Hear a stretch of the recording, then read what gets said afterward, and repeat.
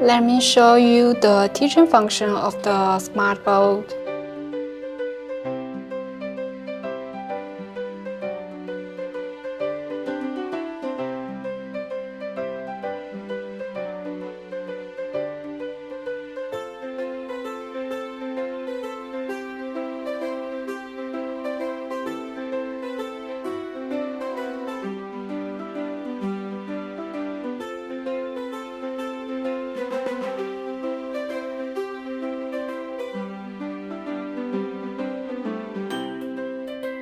After completed, you can see flyers.